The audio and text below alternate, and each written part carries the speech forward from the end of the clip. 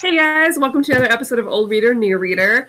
Now today we are kind of flipping the tables for Women's History Month. I will be the old reader this time, while Omar and Amanda will be the new readers. So it has come to time for my pick. I have picked something.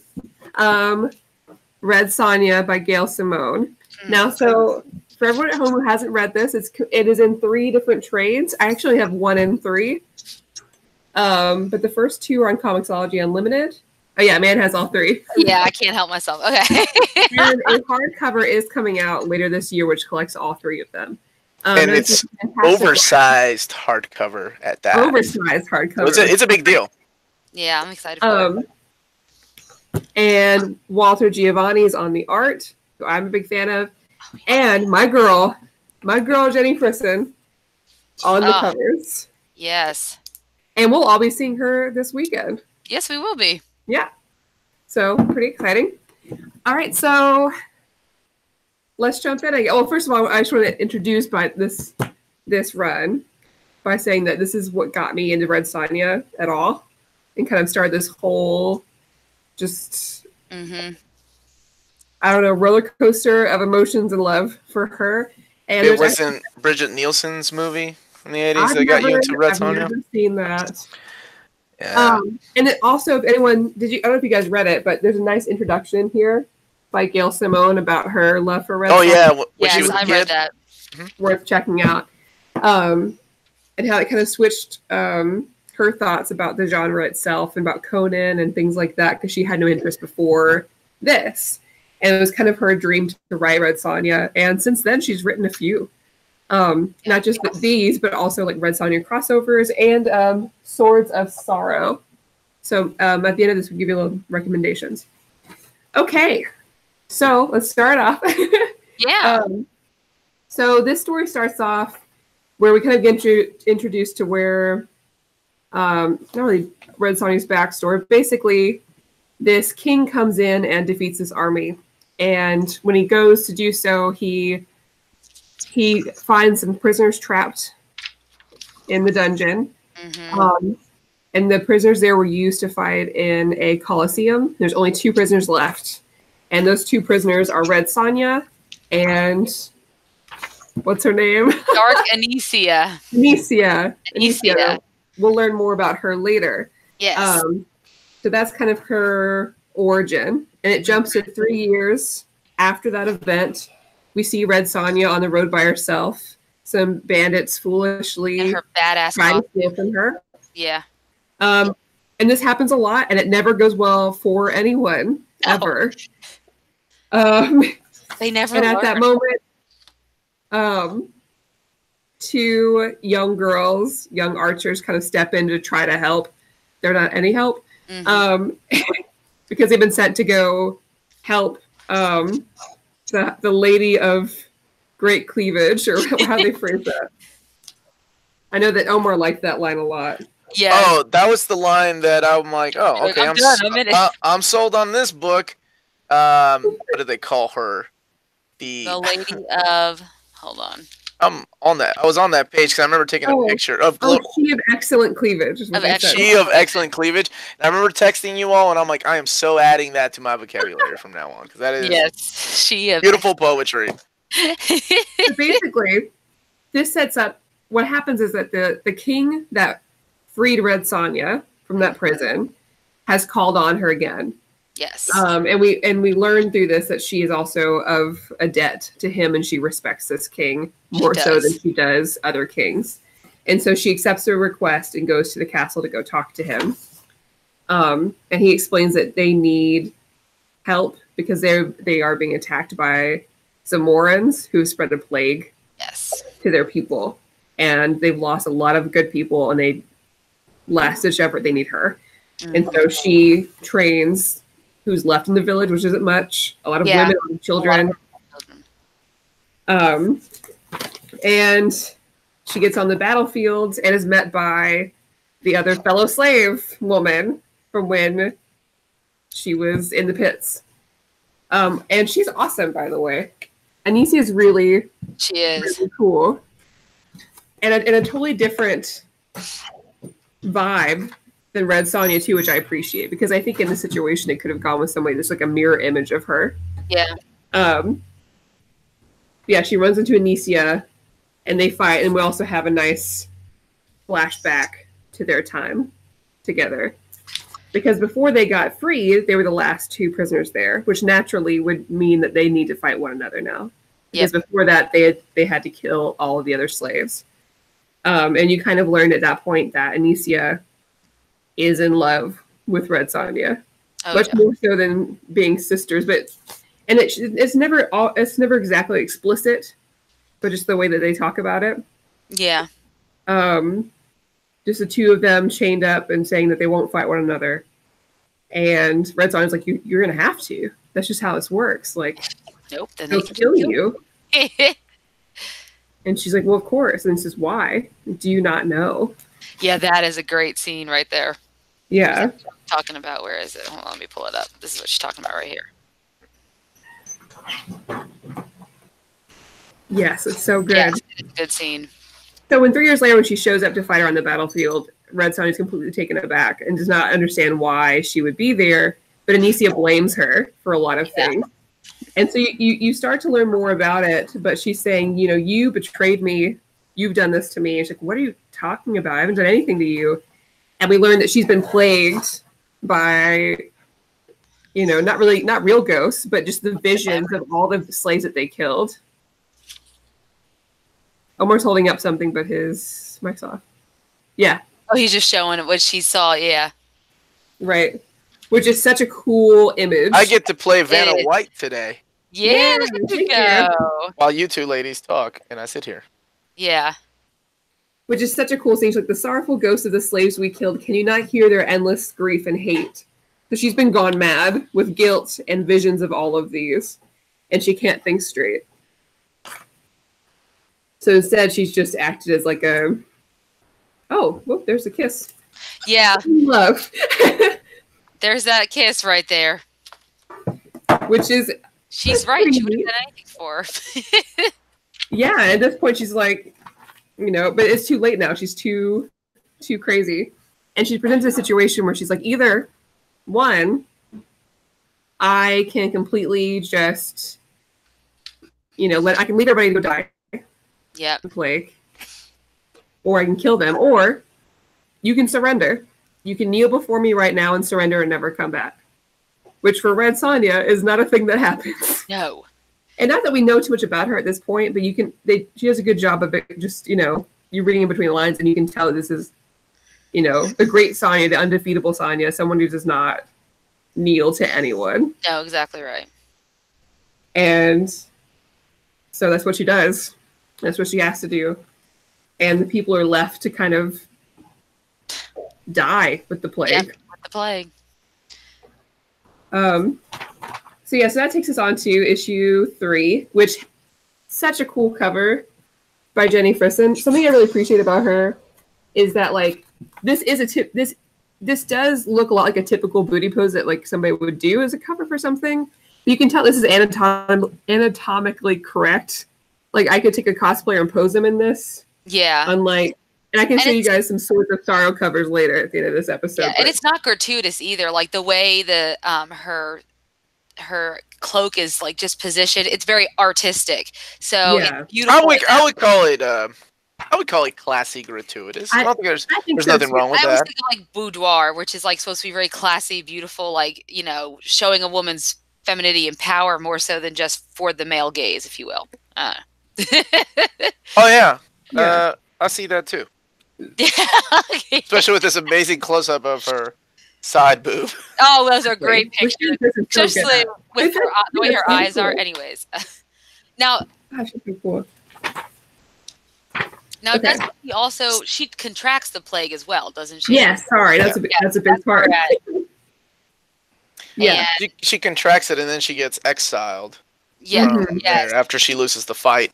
And that's where you start getting, she starts having visions, and she starts seeing her family, hunting with her brothers, starts seeing her dad. And her father. Her brother used to call her Tomato Head. And then, of course, what happens, the travesty that happens to her life. And go ahead, Amanda. No. And so you see the men who came into her village and destroyed everything, and pretty much forced her hand, if you will, gave her another option as a young girl to get revenge on her, for her family. And that's basically what happens. And she ends up, this is when she hunts them and she destroys them as a young girl. And this changes her entire, who she is and what has become of her. And we see it played out through the next couple of volumes too, as well. And right here is actually a really interesting choice made by Gail, because in even just like the series that precedes this and other Red Sonja runs, typically her whole story is that when this happens to her village, like she's raped. Oh, okay. And that is not what she did here. No, not at all. Which I think, she could have. Yeah. Very well. I mean, and I appreciate that she didn't, because I don't think it made her story any less important and any less impactful. And she still lost her innocence. She still had to deal with all of those things. But I'm just glad it didn't go that way. Yes, I agree. I'm glad that it took a different turn. And then once we see her, this flashback of her and what has become of her, in the meantime, she's also given up. I think I know a reason for that, though. Go ahead. That we can't talk about until the third book. But go ahead, and I just got to remember to bring that up. Yeah. Because I'm going to forget by the time we get there, because we'll be on something else. But go ahead. So she has, at this point, has kind of surrendered herself, if you will, digs her own grave, a very shallow one, lays in it, is ready to die. You see these wolves, and then her two little archer friends from come back to rescue her. Which is so cute, because when they first meet, and this is something I kind of glossed over, but they were not capable of doing much of anything. And she even makes fun of them for that. She's like, how many have you killed? They're like, oh, we've killed like hundreds, like of humans, rabbits. They're so adorable. Did y'all talk about in the flashback that she slaughtered everybody? Yeah. Okay. Yes, we did. Yeah. And buried all one by one. Well, mostly. Maybe. But she did bury all her people. Yeah, which I thought was beautiful that she tried to bury herself, because that's the most Hirkanian thing she could have done. Yes. Within her haze, she wanted to still follow her custom. And exactly right. Buried herself. But I can take it, or if you want to. Yeah. So their two, I don't remember their names, the two girls who come and save her, but basically they kind of nurse her back to health, and they want her to come back and help them pretty much take back their kingdom, right? From the Zamorians, who have kind of taken over with Anicia kind of like as their head, if you will, head general. And there's more flashbacks in this as well. It kind of shows more of what her and Anicia went through in this issue, as far as when they were in the pits or in the Colosseum, if you will, fighting other gladiators, other fighters. So we get to see a little bit of that. And the girls, as they're taking her back, they are captured. And so, of course, you have to see Red Sonja, get up and defend the two girls. And blindfolded, which it felt like such a great thing to read after reading Wonder Woman by Greg Rucka. Oh, that's right. Because I couldn't help but think of that at the same time, because the way that she gets up and she fights to save, protect these two girls, which actually are starting to do pretty well for themselves, is so cool. She's shooting arrows and still doing it. Red Sonja, you're so cool. Exactly. And this is where she makes her resolve that, she is going to come. She is Patria, or Patra? That's the kingdom. She is going to go back, and she is going to defend them against her sister. Hell with the plague. She's like, I'm doing it. Doesn't matter. So then we end up on issue 5. Is that where we get to issue 5? Yeah. And this is basically Red Sonja and her two girls now are her sidekicks, if you will. And they're coming in, destroying taken over, kind of in their stealth way of doing stuff. Yeah, and Red Sonja goes to get healed. Yes. Something that we kind of touched over, or we didn't talk about, was that so on the battlefield the king died, and then also, which is part of what kind of led everything to happen, led everything to Red Sonja, surrendering to save the town. So the king died, but his son still lives. Now his son, as we've seen him in this volume, isn't the same kind of son that the king would want. He's very much more into science. Right? Yeah. Well, look at that as like the dark arts, so like magic or something based in science. And he's been able to help at this point. He's been able to help other people that have been affected by the plague in the village. So he's learned that it's just about treating the blood, which he does with giant, disgusting leeches. So when they would take Red Sonja to him first once they sneak into the village. It's gross scene. It felt very like Japanese horror manga-esque. It's that huge leech in there. But they go to save him, or save her. And I'm losing my place. Anyways, and then she makes the move on Anicia. And in truly nostalgic style, they meet back in the arena, and she has her to go fight one-on-one there. But as fate would have it, the king that had first imprisoned them still lives and came out of hiding just to watch this happen and just to kill these two women, blaming them for everything that they did to him. But man, he's such a creep, which is so good. Yeah, he's perfect. So the two of them fight, and it seems like Anicia's not getting any better, that she's still crazy. But then turns out at some point she's starting to do this on purpose to get back at that king. So she is still dealing with all of these things, but at the same time, in a moment of clarity, they kind of both realize they need to fake it in order to get close to the king and kill him. So they're able to do that, but at the cost of Anicia's life. Yeah, which I think was important because she makes a comment that Anicia never really left the pit, and I think that plays an important part in that. Yeah, that she could never have perhaps survived this because of that. Mm-hmm.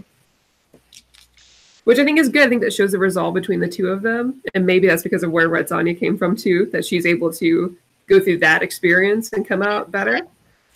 But yeah, she says, one last time, I protect you. Sonjita or Sonjita. I never know how to say that, but it's so cute that she calls it a little nickname. That's what her dad would call her, right? Yeah. Which I know when you add the ito or ita in Spanish, it means little to a name. Cute.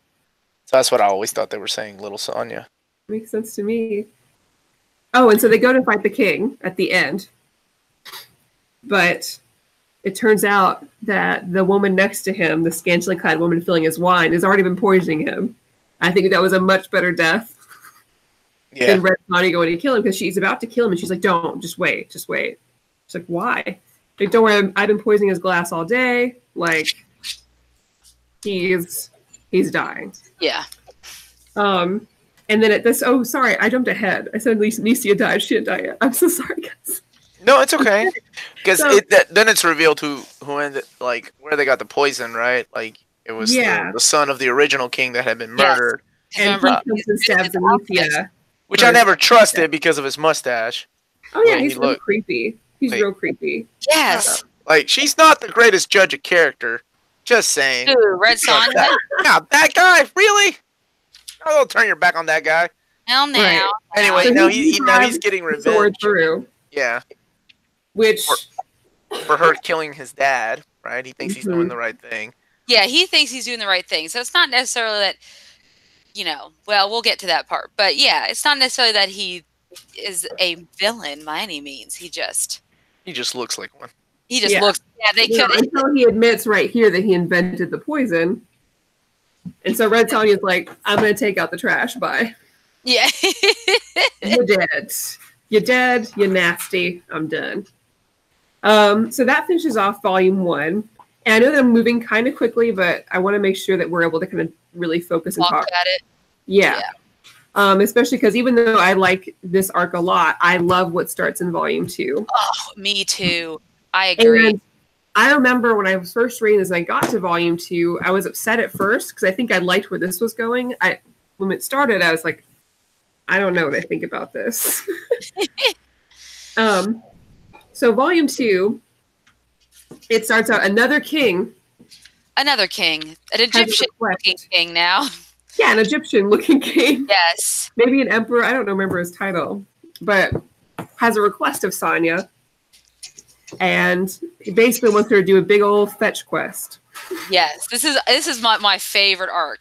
So he's basically dying, and he is building his great mausoleum, as the Egyptian kings had done in the past, emperors, and he wants her to fetch him 6 of the best of these different artisans. So we have like a chef. Ooh, I've got the list. I saved it. Go ahead. A courtesan, yes. A dancer, a stargazer, a swordsman, a beastmaster, and a chef. Yes. Because he's throwing a big old party. Yep. And if she does this for him, he says he will not bury all of his slaves with him in his mausoleum. And that's of course, what we're going to do. Yeah, and she, as being a slave before, is like, no, I'm going to find these guys, damned be it, and I'm going to get you these 6 people because I don't want these slaves being buried because you are greedy. Do you talk about why you liked the way that this started? Because I think I know why. I know why I liked it. What, when she was skinning the rabbit? Or what? Oh, because she's craving. Oh, when she's craving sex? And she's she's hungry and like she's like, man, I really could use somebody limber. Like, that's one of my favorite lines. She's so chill about it too, and that's something that we can talk a lot more about. Yeah, when we get to the discussion part. But like, there's something about her and the way that she acts that sets her so much aside from other female characters. I say like that, and honestly, other male characters that fit that archetype. Agreed. Because it just feels so different and so unique and so her I loved. I was like, oh my god, she's just like so chill about like this thing. Yes. Make Havoc said his ride home from work is always great on Tuesdays because of our show. Thank you, Make Havoc. Don't forget to hit that like button before you crash your car. I think I say that every time. Just in case. Hit that like. I mean, those eyes on the your eyes on the road. Yeah. But what I love about this volume 2, this arc, is that each issue is its own little story about each person that she goes and finds, and she learns a different lesson with each one. I feel like that's how it's been set up. That's what I think I like about it. It feels very anime. Like I feel like I'm at the beginning of the anime, and it's One Piece, and she's like recruiting all these people to join her ship. So I really like it. Yeah. So first we've got the chef. Yes, great guy. It's this weird deliverance adjacent. Like, yes, he's been like he was captured by these cannibals, right? Yeah, on her. Well, not so much captured, just like she. But he was, and they kept him on to cook the humans that they capture, right? Right. But she wanted to be captured because she needs to go find this chef who she realizes wasn't even cooking humans anyways. He would free their captives, and then he would just cook animals. Little lizard. It's like little lizard babies. Lizard babies. Is what he was cooking. Yeah. Lizard people babies. Yep, the lizard people babies. Since it's the first story, I guess we can move it along. That's how that kind of story ends. The lizard people come looking for their babies because this guy's been cooking them all along. And Sonja's like, shit, I have to fight lizard people. Yeah, because they have already killed all the cannibals. And they eat all the cannibals. What a turn of events. So she's like, well, that was easy. But I think my favorite part about that story is this is the first time she's trying to get laid with this guy. And he was like, yeah, you kind of stink. And I like to be romanticized. The whole time I'm like, what the hell's wrong with this guy? Yeah, and she's pissed. And so he's like, you're pouting. So I'm not. Red Sonja does not pout. Yes, and he's terrified. So that's a running thing throughout, I guess, these issues, is her needing a bath. Let's just say that. Yeah. She's like, I'm everybody's type, is what she said. Exactly. Another favorite line of mine. And this is one of my, when we get to the next issue, this is one of my favorite covers too. Just the way that Jenny that is just really beautiful to me. I don't know why. Sylvester Stallone did it better in Rambo. I'm sure, but just kidding. Okay, that's a great cover. Next on the list is the Beastmaster, right? Yes, the Beastmaster, which, yes. It's also a nice little twist. Yeah, so she goes to this man named Kalia the Magnificent, and who has all these, he has dogs, he has bears, and all these other beasts, and she hates this because she thinks what he's doing, pitting the bears against the dogs, and these poor bears ending up getting killed, is just awful, because what we find out is he just basically starves his dogs to the point where they will just be vicious enough to attack and kill these bears. And yes, this is like an animal rights activist, all over it. So she ends up, her and her little chef friend end up getting captured, and a young girl named Rat ends up saving them. And it turns out Rat is the only person, she works for this Kalia gentleman, and she's kind of like his slave or apprentice or something, if you will. And she's the only person who shows these animals any type of affection or compassion or gentleness. And we come to find out she's actually the true Beastmaster. Whereas he can't control these beasts. Once they're out of their cage, he can't control them, but she can because of her nature. And I think that's a really important lesson to show. And so even though, that she thinks that, or at first the chef thinks she's failed in her mission, she's like, no, I didn't fail in my mission. I got my Beastmaster, and points to the little girl, Rat. And that is in fact who they end up going. And she says, but a lord deserving of a beast who loves her, is what she says in the end. Because she talks about, Rat's like, what are you talking about? I'm not a Beastmaster. And she's like, no, you are. So that is so cute. She just kills the original Beastmaster, and she just turns there and she's like, I mean, come on. Every time you all say Beastmaster, I think of the '80s movie Beastmaster with Dar, which honestly has a very similar plot to her origin story. Yeah. Go ahead. Sorry. Ooh, and next we have the courtesan, which I love. I love that. Yes, that character. I love this story. I think it's so good for Red Sonja because she gets to the brothel to go meet this woman, and all of these people start to fawn over her at first until they realize she doesn't have any money because it's all been stolen on the road. And she stinks. And she stinks. I mean, the girl's nasty. I love her. She's beautiful, but she's nasty. Yes. And so she has to climb up in the rain. Can we just say how realistic that is to be just to be fair? That's realistic. You watch any of these movies and stuff like that, and you think about people who get it on. And I'm like, come on, they've got to be gross. And this is so honest. She is just in that time. Yes, she would be nasty if she didn't take. And I think that's what they do in the movie if we ever get it. In that historically accurate time, Amanda. Yeah, and lizard men and dragon people are trying to kill you. All right. Yeah, well, that goes to credibility of this show. No, whatever. You know what I mean? She climbs up the tower to the courtesan's room, and when she sees her, she is it's almost like she's a teenager. You know what I mean? She can't. She can't get the words out. She's blown away by how beautiful this woman is, and she doesn't even know what to say to her. And so. And again, if they were going to make her stereotypical in the situation, she would have been really pervy and weird, and they didn't do that. So she talks to her and she's like, "Hey, I've been brought to ask you to do this thing, if you could." And the woman declines, which really hurts Red Sonja's feelings. She's like, "I just really what? This is okay." And then she was offering her more money, and she's like, "I've got money. I don't need." That. And because she explains it I have my own mission that I'm trying to do right now. I'm trying to create a guild, for sex workers here. We don't have that. We've got skills. I want to make sure I'm taking care of everyone. Yep. But then Sonja explains about the whole slave situation, And so she agrees to come. And luckily, along the way out, they kind of see her like overlord guy. And so Red Sonja takes care of business. With not without a brief interlude for a little makeover session for Red Sonja, when she's like, "Here are my tricks of my trade," and I think that's adorable. But then she still has to fight him in her makeup. Where's that? Right here, this one right here. She's like, "Nope, I don't even care.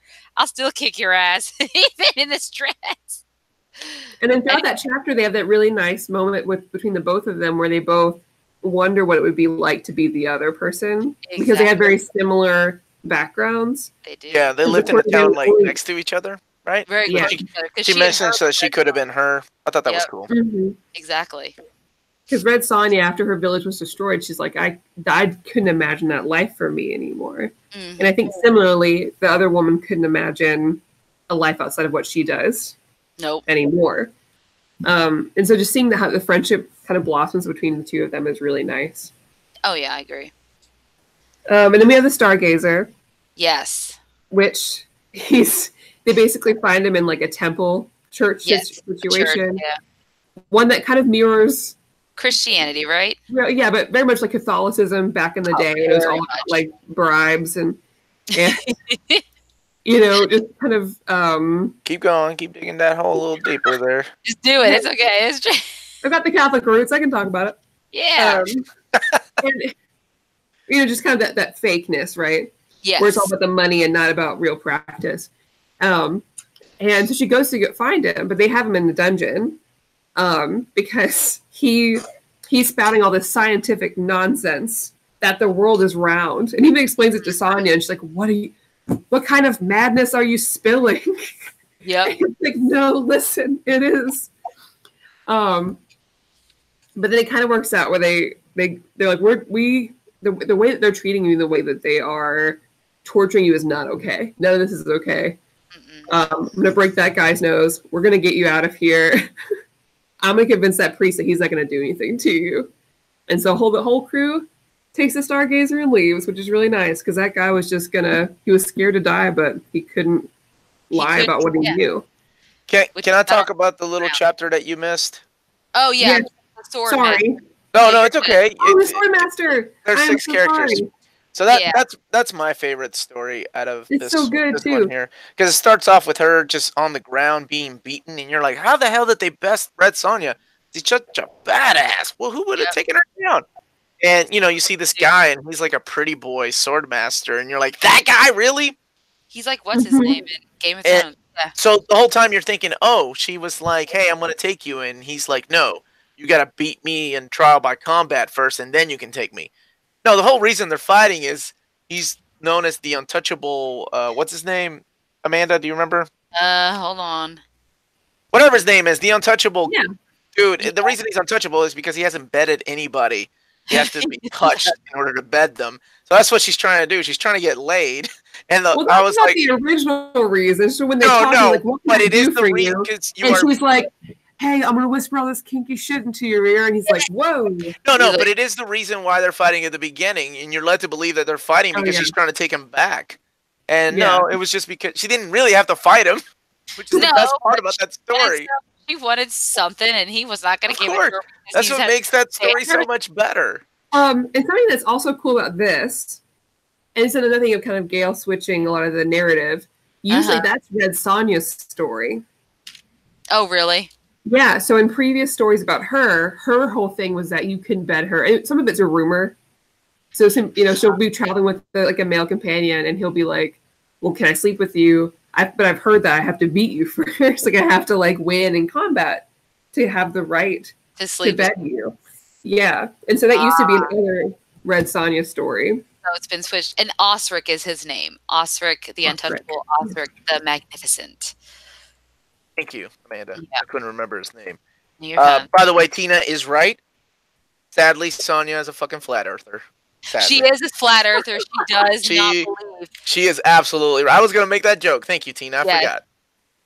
But remember, she doesn't have much use for books, as we find out in Volume 3. So this should not come as a surprise once you read Volume 3 that she wouldn't believe that the Earth is round. And that a sun we orbit a sun and not the other way around or whatever. So she's able to win in the fight because she realized that the only reason he won is because there's nothing real on the line. There wasn't death on the line. So once she challenged him to a fight to the death, then she won. Yes. And was able to kind of make him grow as well because they both realized that, he's never really fought for something real. Yep. Which I thought was really cool. Oh, I agree. Okay, so let me go back on the path now. Sorry to listen to I don't have, so I can't look at it. Then they get the dancer, which is one of my favorite bits because after all of this, after all this struggle, she's towards the end. She's hungry. She's tired because she's supposed to do this in a month. She wants some sex. She not get anything. And she almost got section of Swordman, but she was too damn tired. She's like, nah, it's okay. Never mind. Sonja, do you want it? She's like, I need a nap. Nah, not right now. And she gets to this, what is it, like an inn? Comes in, guns blazing or swords blazing, ready to take everyone on. They're like, oh, we heard you were looking for so-and-so. And I love this right here. He's like, am I here have you come to rescue me? Like, that was a great introduction to the dancer, by the way. Yeah, and it's so cute because he's like, I just waited for a strong warrior to take me. I could have left her face, like the way her face is drawn right here. That is exactly jaw drop. I love it. Oh my gosh. Oh, but the best panel is when she actually does take him. She's like, "Fuck, fine, whatever." And she just puts him over his shoulder. And waving like this. That was awesome. I love it. So cute. She has her 6, right?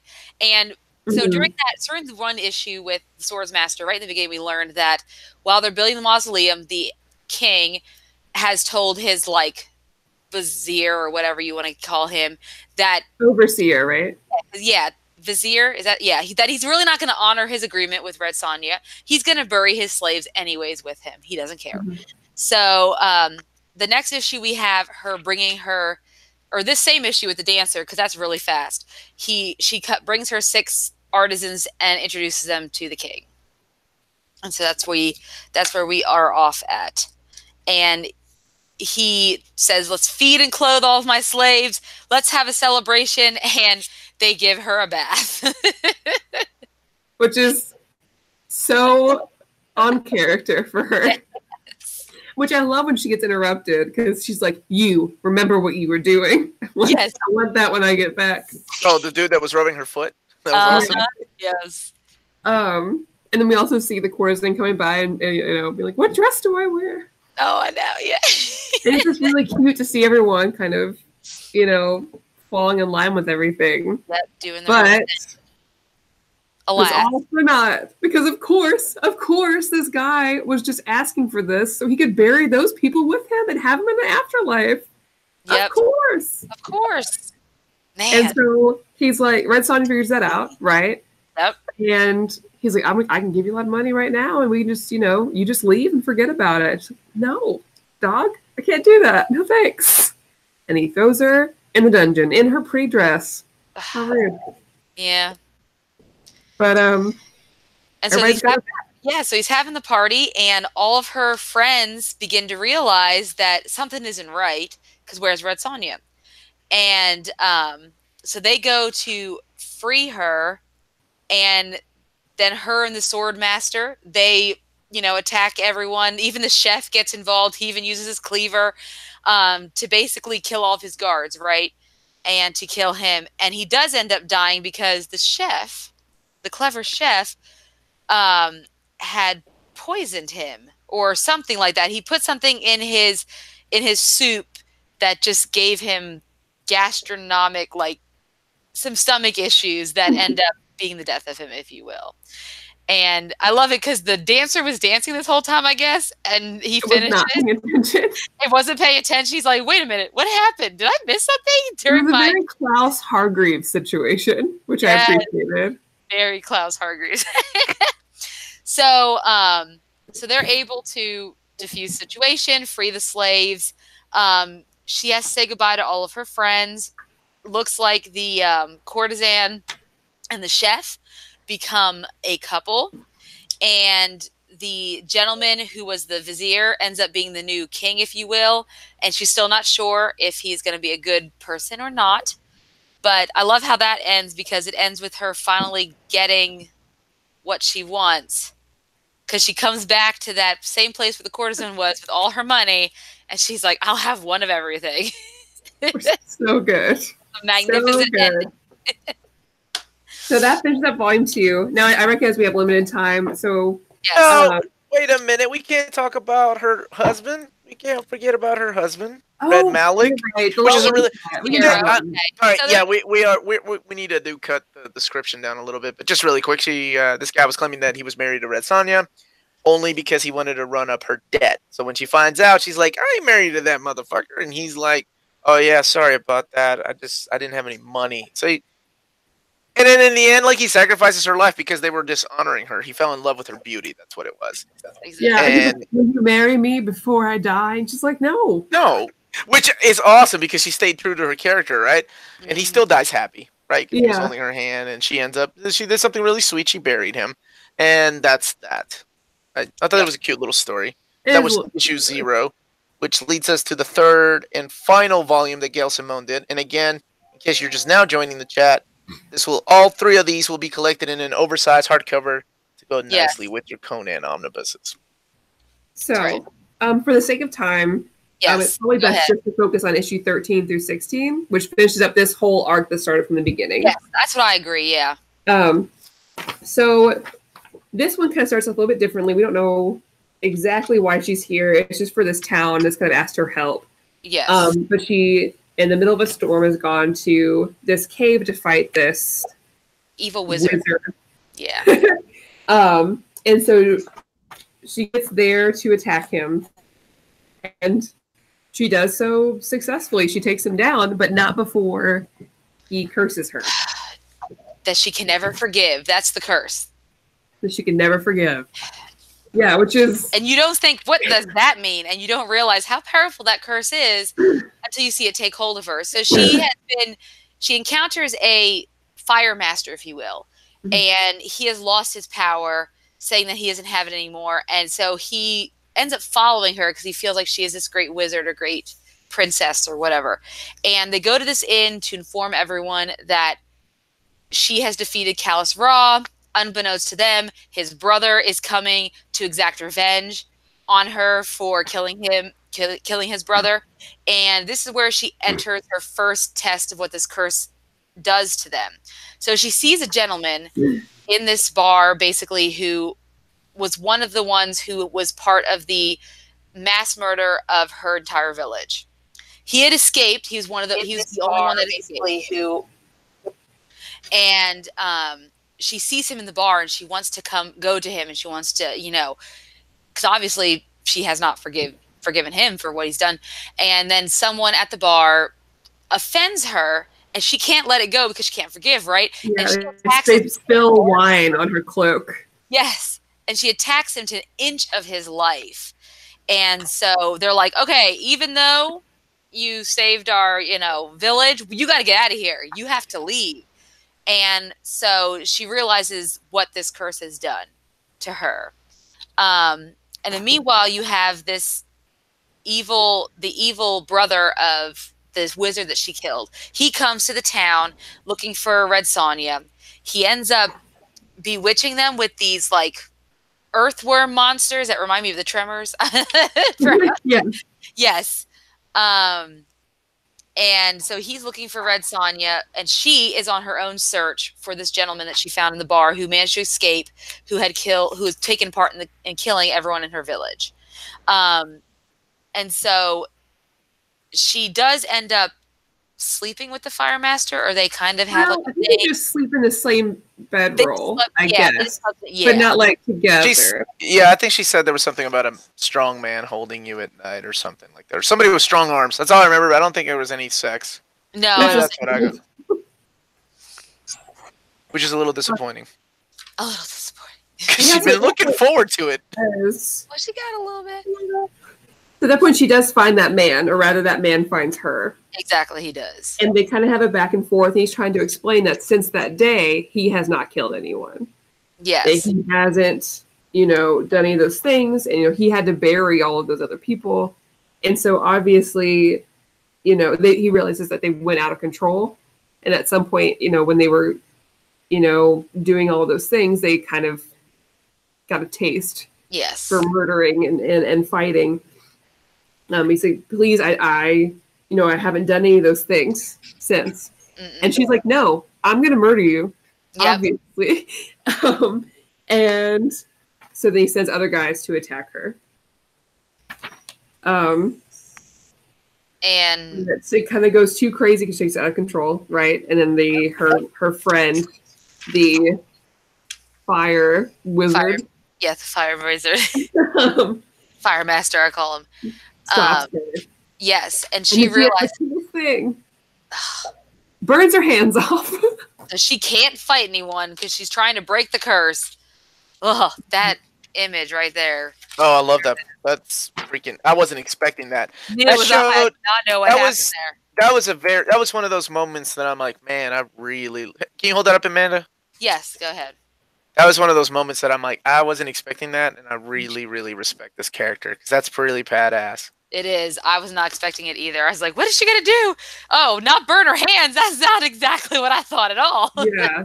And she recognized that she's too powerful and too skilled and too strong. Yes. You know, and she acts like nonchalant about a lot of things. But she cares so much about people, about, you know, everyday people. Man, and that is the most grotesque thing I've ever seen. It so is. Gross. Because like they go back to the inn, right? Yep. And everyone's like, "We need to take her away. She's going to attack us again." And they show her the hands. They show her one of the hands, and like she can't do anything anymore because they know about the curse. He told her about the curse. Told everyone about the curse. And luckily, she's at that point forgiven by the innkeeper because she did save them originally. Yep.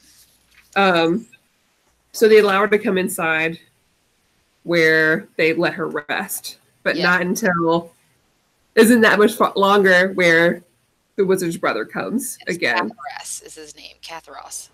Mm-hmm. And he's threatening to kill everyone there. Yes. Unless Red Sonja comes out. Yep. So she does, and she goes to fight this huge snake and two wizards outside. Yeah. And not before she manages to help convince our fire master that everything was in him all along and the gods, you know, did not take anything away, and he's able to help her and he gets his firepower back, which is great. Yeah. Yeah. And then she ends up killing. She uses a trident and basically stabs this wizard right in the heart and kills him. And she just kind of faints into her, you know. Yep, she's just her death coma, if you will. Yeah. These final it's this issue. Which issue are we on now? 16. This is a really great issue. The wizards. I was really excited when I saw the wizards because I thought one of them was Kulan Gath. Oh, okay. He's a character from Conan, but I think he still belongs. Well, he was at Marvel. I just remember him from like an issue of X-Men, like where he turned the entire city into like a barbarian fantasy land in like Uncanny X-Men 190. So that's what these two guys look like. So I thought that was like, oh, cool, because I forgot that they're like Red Sonja and. As a matter of fact, I think in the Spider-Man crossover, the one that I read, that Gail Simone, I think wrote, was he had turned Mary Jane. A Red Sonja villain, so I think in Amy Chu's run. Okay, so they ended up with the rights back. Okay. Yeah, and then I remember he's the one that turned Mary Jane into Red Sonja in that crossover. Oh, that's cool. Yeah, that is really cool. Neat. But anyway, sorry. We still got just a little bit more to talk about. Then we can talk about our feelings. So she is basically in this state, right, where she's in between living and death, kind of in a limbo, and she is approached by death herself, which looks very familiar. Looks almost like her. I'm sure that's not coincidental. Bigger than her, because it's a god, right? It's a god, and she's she calls her daughter and stuff like that because, I mean, Red Sonja is the devil and kind of has done death's bidding in a way, right? And so she she wants her to come join her, and she wants to decline the offer. In the meantime, this is what I think is the best part about this, is we start to get the visitors of her past. So the first thing, when the innkeeper and all the people from the village are protecting her, while they're trying to heal her, and who shows up but the 6 artisans, all so there to pay respect to their friend.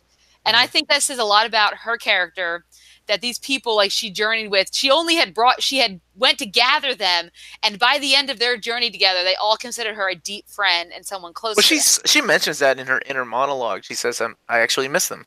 Yes, like, exactly. Yeah, her family. So did I. Right. And you know, Death brings up a really good point while they're kind of having their back and forth about how not all death is bad. You know, she brings the raging inferno so forests can be reborn, which I thought of Wonder Woman. Wonder Woman. Yeah, I thought of Wonder Woman. She brings the plague, so you know the land could feed on the decomposing man, and she brings about war so that everyone can have glory, peasants and kings alike.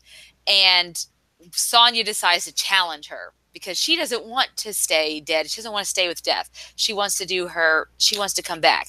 So you have this fight going on, and then always when we realize there's a lot of people who show up to pay their respects to Red Sonja, which is amazing. It's this scene right here. And the guy's like, well, you see, I don't think you have enough room for everyone. Right. And realize how much, even though everyone calls her Sonja, the devil and all that stuff, she has helped a lot of people, and she has created all these close relationships. And you see the 2 girls from Patra from the first volume, and who do they have with them, which shocked the heck out of me. But she's alive because the king's son, who we thought that Omar's like, they can't believe he killed her and he looks like a villain. Well, he used his alchemy to save her life, and he's going to do the same to save Red Sonja's life, which is awesome. And so she ends up winning in her battle against Death, saying that she's insolent and she, won't ever follow suit. And she's brought back to life. She sees her, she sees Anicia, she sees all her friends, and it, perfect. Ends with this cannot even say anymore how great that is. Yeah. She said, if I'm going to live or if I'm going to die, I must admit I prefer to do it in a pub, which is very... Yes, very good. And then, and this ends right out. So this happens 30 days later. So this one wraps up where she does seek out the man that she had originally wanted to kill at the beginning of this whole saga, who had originally killed people in her village. And she ends up giving him absolution. She gives him forgiveness, and she ends up eating his rabbit too. And he's like, wait a minute, do you think I deserve it? And she's like, I'm not doing it for you. I'm doing it for me. And that's why you forgive. You're not doing it for the other person. You're doing it for your own soul. And so I think that was a very poignant end to that whole story. There's a couple more stories in there that I didn't... I don't know the story of why. Like, I thought she had a really good run, and I didn't know if she thought she was going to keep writing Red Sonja, and then, like, the editors came in and said, hey, so long, Gail Simone. But I feel confused by that, too. Why there was issue 17. So there's two more issues after that, right? Yeah. And they're basically her just... I can't even remember what happened. These nuns, basically, who... Oh, that's right. The nuns hired her to protect the library, and she ends up protecting the library. Exactly, that's what happened. Yeah, so that's kind of the end of story. Learning to read and all that. All right, so let's. Oh my goodness, you all! I don't ever want to hear you two ever go about how long-winded I am about my stories. It's almost been an hour. Yeah. Let's talk about how you two. What was it like rereading it for you, Maddie? And then, what did you two think of this? And then I'll give my opinion, or I can go first. It doesn't matter. So I still love it. The first time I read this, but by the time I got to the end of the whole arc, right? So in volume 3, when all of her friends showed up, I cried when I read it, and it just solidified it for me. And I don't know because it was such an anime moment or what it was, but it was so nice to see a story really wrap up that way. And something I really love about this whole run is that there's so many great individual stories in here. And I'm really impressed by that. And I really feel like it wrapped up well, minus those 2 extra issues. They were fine, but I mean, I love it. I really got into the character, and I think this run is always going to mean a lot to me just because of how it got me into her in a way that I had no interest before. And rereading was still great. I still love it. So, but I'll let you guys talk more about it because everyone's heard me talk about this. So. You want me to go next, Omar? Of course. Okay, so I read the first volume a while back, basically because Maddie couldn't stop recommending it, and I had to read it because she recommended it, and I instantly fell in love. Anyone who's ever watched any of our panel episodes knows that I've mentioned people like Xena as one of my role models. So this type of time period piece fantasy has always been something that has held an interest for me, and I just fell in love with Red Sonja instantly. Not only just the way Gail Simone wrote her and wrote her stories, and Maddie's right, each individual story of itself. And I mentioned this earlier, and especially in volume 2, those each 6 artisan, the stories, there's a lesson to be learned. There is and it's always a twist and a turn unexpected. And it's wonderful to see the way it kind of turns everything on its head. And that's what I love about her writing. And I think the writing is only made stronger by Walter Giovanni's artwork. I cannot say enough. The way he writes her or draws her is so distinct. Her facial expressions, you can sense, to me, I think that's what really got me, is I could feel her emotions in every panel that they show her in. And I could just feel it whenever I'm reading it, and that meant so much more to me, and it gave me that more of an emotional punch, I think, because of the way he drew it, and regardless, the coloring and everything like that is beautiful too. And so I think that's why, to me, this is my favorite. I just went through these 3 volumes so quickly because the stories were just so captivating to read, and I couldn't get enough of them. And I know that obviously it's a different person who does, I guess, Red Sonja Reborn, but I want to keep reading it because I've fallen in love with the character that much. I really enjoy her stories. And I know that a lot of it is Gail Simone's writing. I think she did a fabulous job writing all the characters, not even just Red Sonja. There's not even one note. Maybe some of the Emperor villains can be kind of one note, but all of the other ancillary characters have so much fleshed out characterizations, in my opinion, that I just enjoyed the story immensely. And that was my long-winded, yes, I loved it. There you go. Okay, Omar, your turn. That wasn't long-winded. I do long-winded. So the character of Red Sonja has been one of those characters that she was created by Robert E. Howard, and then she appeared in Marvel Comics, in the Conan runs, right? And Marvel eventually sold the rights. Dark Horse got Conan, and then Dynamite got Red Sonja. I had never really read anything except a crossover with Spider-Man or a guest spot here and there, and I had seen the 1985 Bridget Nielsen, which they weren't even allowed to use Conan. Arnold Schwarzenegger had to go by another name. Yeah. So, I'm a huge fan of Gail Simone. Everything that woman has ever written, I have fallen in love with. And then somebody was asking where does this rank amongst the Gails? To me, I'll tell you here in a little bit. One of my favorite things that she does, I think I had texted Maddie, is I really like her. I really like Red Sonja, and I wish I was that badass. And I think when I make comments like that, it's because some of my favorite characters are characters that don't look anything like me or aren't even my gender. I love Storm and Rogue, and because they're strong characters. I don't really see them as women. I just see them as fictional characters that I wish I could be, that I aspire to be, just what they are and their morals and what they stand for. She, on the other hand, I mean, she's a lot like Guts in that sense. She's a badass, a lot like Conan.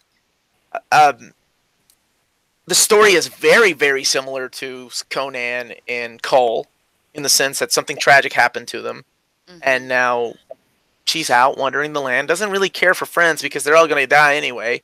So there's these heartfelt moments in Volume 2, which is my favorite one. I absolutely love that volume. It's my favorite volume as well. It took me a little bit. I wasn't hooked on the art like you two. It took me a little bit to get into. I don't know why. I think by the second volume I was really digging it, but the first volume I was like, I think this could really use from a better artist. Like, I don't know what it was. I think it was maybe the action panels. So when I read like, I'm not comparing it to like Barry Windsor Smith or John Buscema or even Miura in Berserk, because that's not fair. But I expect brutal panels when I look at that, and maybe that's what I was looking for, something more actiony. And at first, I didn't think the artist could pull it off. Yeah, I have to throw in Berserk in there, of course, because I mean, if I'm gonna compare it to anything, that's what it is. But no, it's my first taste of Red Sonja, and kind of like Amanda, I want more. I don't think it's I'm not hooked like Maddie was, which I think is awesome because I love when people find that one comic book or one book that they're like, this is it, this is life. Like for me, it's X-Men, right? No matter what. Jesus, I've gone through some horrible things. Come on, the devil is Nightcrawler's dad. Nobody should read that.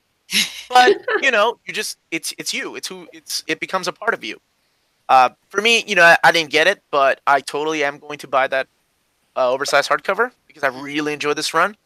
Probably because I really like Gail Simone too, the way that she writes characters that aren't really like a strong woman or a strong man. Like she's actually has flaws. She has moral. No. I'm just saying I don't like. She doesn't write like makes me think. Oh, that's a strong guy or that's a strong woman.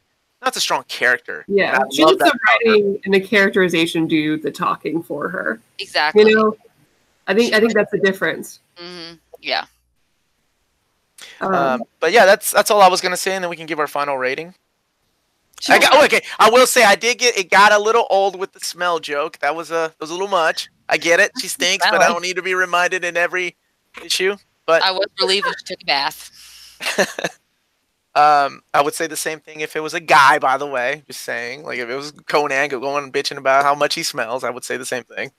Well, I mean, it's just funny because she's a woman, right? And I think a lot, even back then, they wouldn't, you know. I love that you keep going to back then. It's still based off of some form of historical like Game of Thrones. Fact, even if it's not fictional fantasy. They still have elements of it, or else that doesn't make sense. I mean, so there's still elements. I get what you're saying.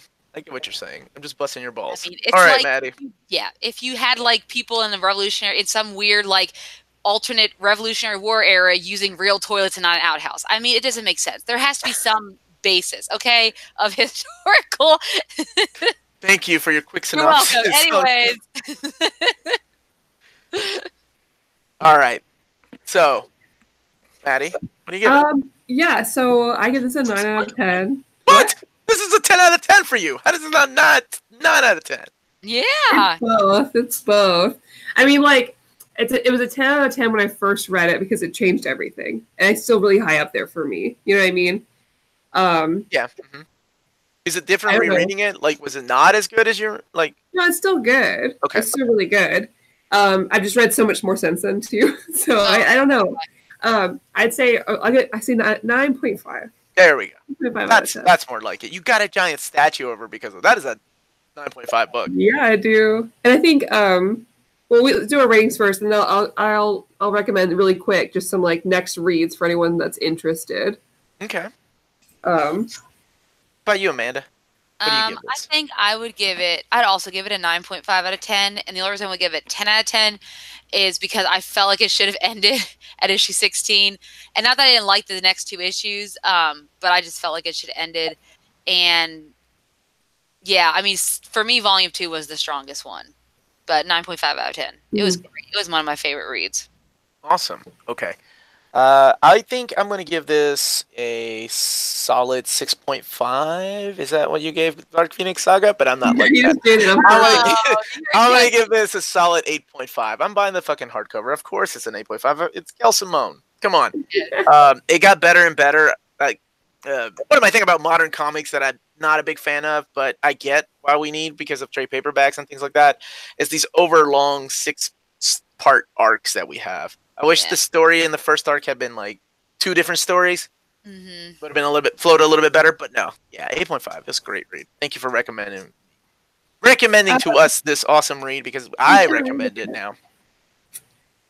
So eventually for our channel, once I move and I have my own well-lit space, I'll do like more of a comprehensive Red Sonja reading list for everyone. But if anyone really liked this, wants to read something next, Gail Simone also wrote a Conan Red Sonja.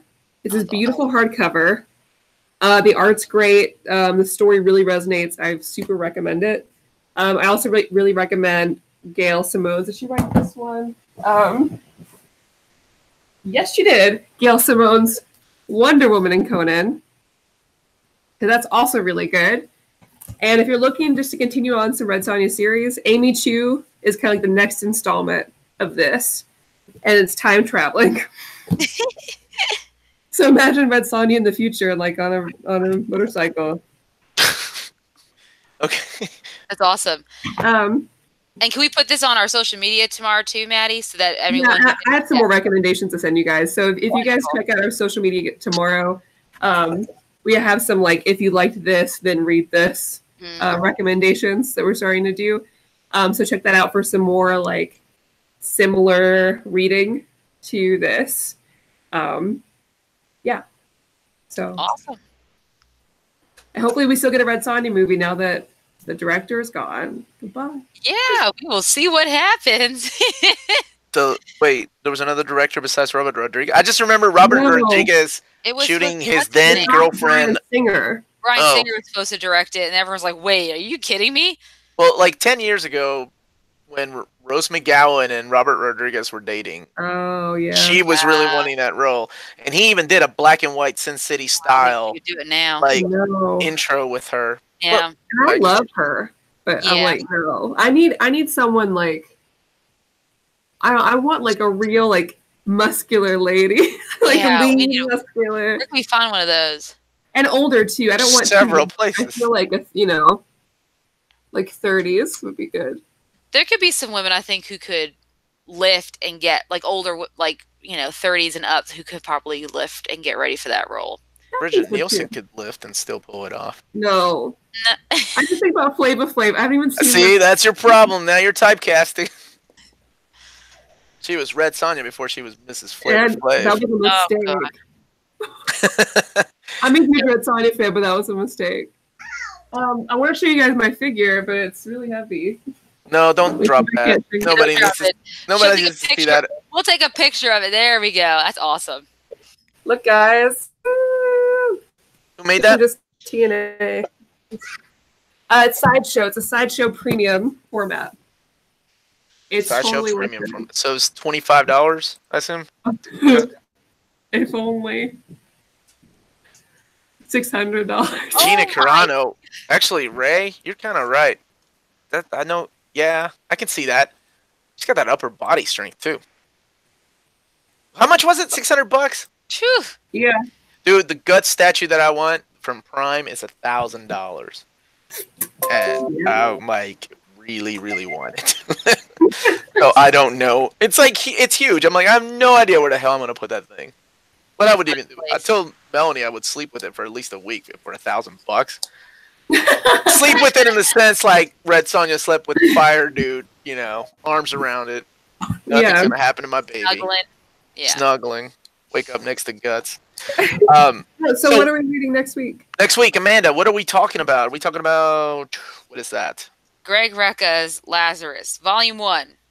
Volume 1. Now, are we doing Volume 1 hardcover, Volume 1, or trade paperback? What do you want to do? Whatever you want to do. I have the hardcover, which collects issues 1 through 10, I believe. And which one does this little paperback that I got from the? I believe that's 1 through 5. 1 through 5. Well, you can always get. I can always get issue 6, so we can do the hardcover. It's only one extra issue. Yeah. So next week, a lot of people have been wanting us to read it.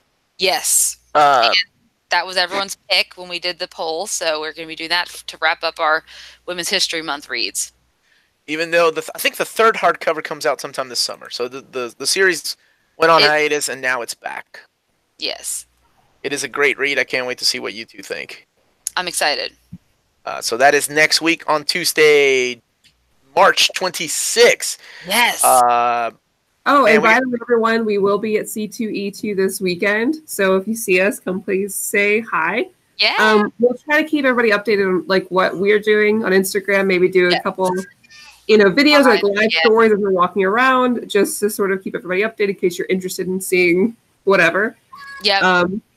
So hit us up if you're there. And if you see any cool deals this weekend, also let me know.